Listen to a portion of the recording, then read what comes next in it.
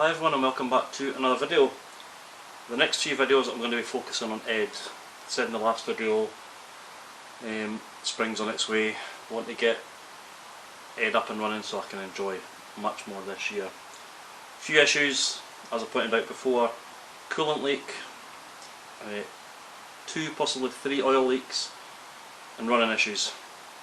So one thing at a time. I'm going to focus on the coolant leak in this video.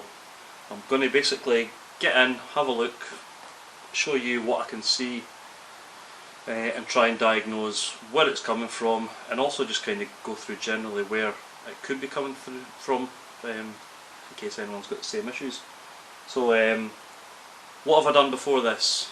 It's had a new water pump, new hoses, new thermostat, housing, bolts. Pretty much over the last 2 years the whole system's been renewed. So it's going to be something really simple, like a small hole or a gasket. It's just finding it, that's the problem. So yeah, what I'm going to do is first I'm just going to show you what I can see underneath. Now, he was run 4 days ago and then left. He was run for 5 minutes and then left. There was no coolant underneath then, so I'm going to have a look underneath and see how much he's lost just by sitting for the last 4 days. I've got the small camera, so apologies for the shaky hands and the not so great audio, but yeah, access is the problem. So after 4 days of not going anywhere and standing still, we can see not a huge leak, but enough to be a concern. So I'm going to get on my back, have a look up and show you guys what I can see from here. So starting at the bottom, you can see the coolant here. This is obviously its lowest point. Some up here, it's obviously coming all the way down, dropping here. And so it's not dropping on me.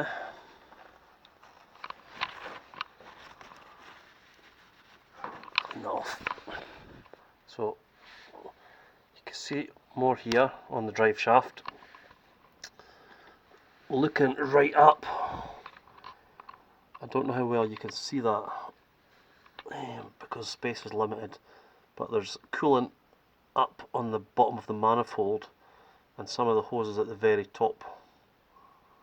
It seems to be coming from that area there, which I'll see if I can get a better access from the top, but what it's running all the way down and dripping out, so I'll see if I can see from the top. It's definitely no fun lying on your back under there when it's -2 degrees outside and it's dripping oil and coolant on you, I can tell you that. I've got the ramps, but it's still quite tight under there. I really need to invest in a mid-height scissor ramp. I have seen some, but the prices, especially after COVID, have just rocketed, and I find it hard justifying it with everything else that's going up in price just now. So ideally I would love one. Realistically, I'm lying on my back just now.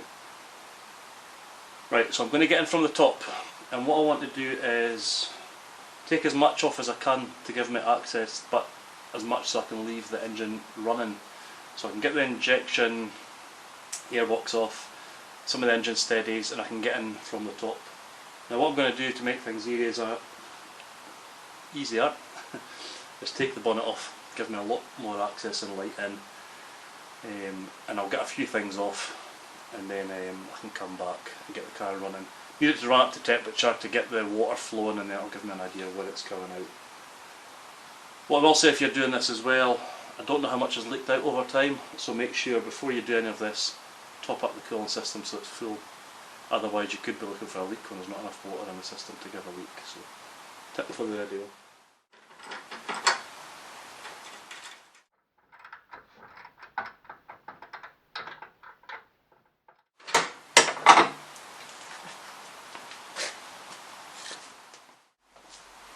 Much better access and much better light. I'll go over the top of this with a small camera, but you'll see everything's pretty much new, and because obviously the water's coming down the way and leaking, seeing anything at the top is going to be quite hard. It's always going to be underneath. So yeah, I'll hover over with the camera, get this water topped up. I'm going to take this off Not on all cars, it's just the upper engine steady. Personal choice whether you have it steady the engine. I find it moves about too much when I've not got it on, so I've just kept it. Yeah, that gives me a bit more access to see in here, and it means I can run the engine at the same time for a while. It's not going to affect the run of the engine. I'll leave the airbox on first.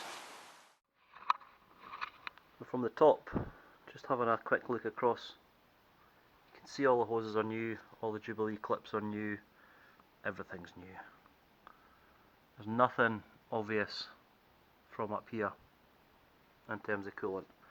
What I would be looking up at this area is coolant coming through either of these studs or anywhere around the gasket here, so I'd be looking for water round about this area, round about here, or any of the hoses I can see up here, so from the thermostat housing, top of the rad.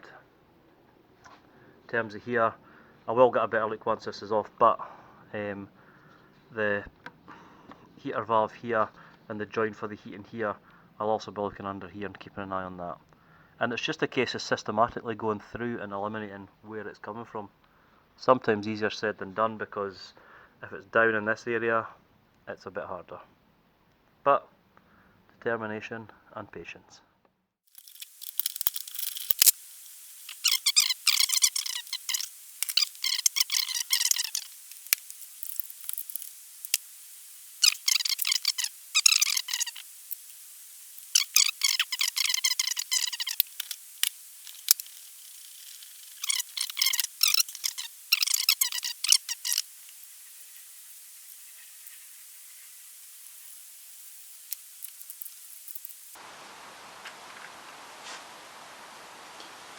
Obviously if you over tighten this, you'll crush the gasket and it'll give you leaks, so the torque setting on it isn't great.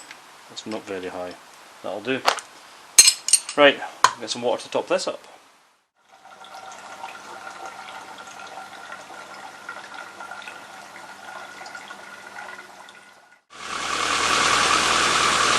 So I've given all the existing coolant I can see a wipe off, so I know any that comes out's new. Basically while it's running, I'm going to keep an eye from the top and the bottom, see if I can see if there's any obvious leaks. Apologies, it is a bit noisy under here, but yeah, it is a classic Mini. Been running 5 minutes, and I can see, and I don't know how well you'll see, the hose that runs down from the radiator, down to the bottom of the radiator, has got coolant running down it. There's also more under on the manifold, so it looks like the hose that goes up to the water pump so far. You can see at the bottom, just up in this area up here. Again, it's not the clearest, but I'll go over to the top of the car and I'll show you from the area roughly it's coming. So the heater valve, I'll wipe it off, and we can see there's a fairly amount coming out there.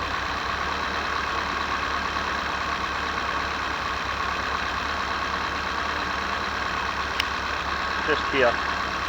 Gathering, running down onto the manifold, onto everything below. So I definitely need a new one of those.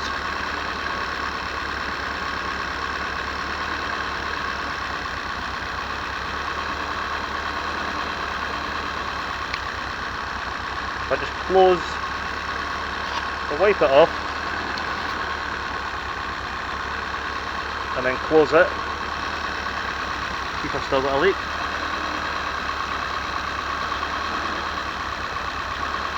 Yeah, still coming out here.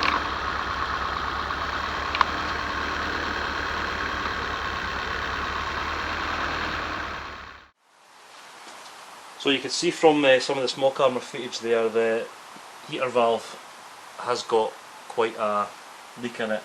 It's a join between the plastic it seems to be coming out from, and even when I've stopped the engine it's still coming out. Now that would explain where I'm getting the leak, because it's coming from the top here, down onto the manifold, down onto the hose below and running down and just dripping. So I'm not going to assume that's my only leak, because that would be naive. I'm going to go and check best I can because the engine will be hot, see if there's any other leaks that I can see. And if this is the only leak, this is the real bonus because it's a fairly inexpensive part and it's really easy to access and it's really easy to fix, which I will do once I've put the part. The heater valve here, it's fairly new. I got it last year, so it's obviously a faulty part. So I've said this before, don't assume because a part's new it's going to fully work. So yeah, I'll have a look for leaks, see if I can find any, and then if I do find any I'll come back to you. But I'm going to keep this dry at the moment because I'll know if everything else below is dry, this is my problem.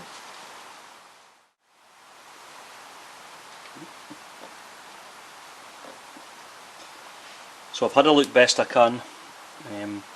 I'll let the engine cool a bit. I can basically feel underneath with my glove, and if I see any wet bits then I'll know basically I've got another leak, but as it is at the moment I can't find any. So what I'm going to do is I'm just going to leave a rag here to soak this up and I'll come and check it, and if there's nothing underneath I'm quite content that's the only leak. I will go over quickly here just the areas I would have been looking for had I not found this. So I obviously had a look underneath, seen where I thought it was coming from, and then I'll come from the top.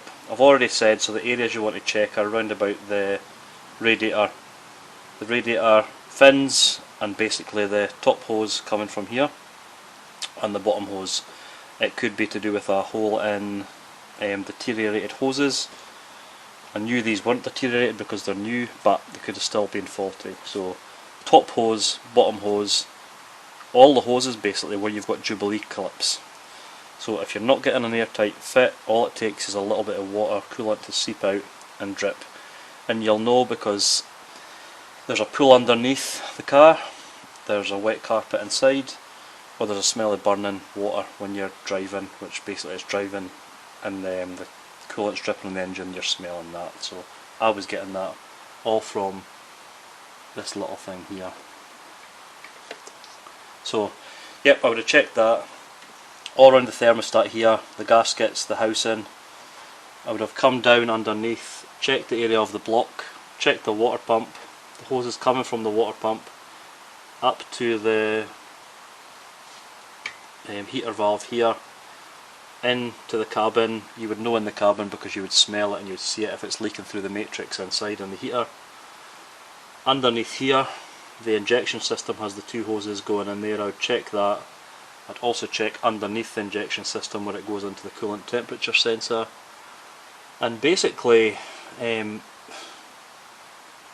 anywhere around here you're getting a leak, just follow it back and see where you can find it. It could also be leaking into the block, so you would know if you're losing coolant, it's leaking into the block and it's going into the system and you're getting a lot of white smoke out of the exhaust. So yeah, basically keep an eye on it, but I'm quite content I've found where the leak is. I just need to now order this part and get it fitted. I'll put that on another video, and it'll be a very quick video because it's a very simple and a very DIY job. So I'll leave that one there. I'll say thanks for watching, take care, and I'll see you on the next video. Cheers!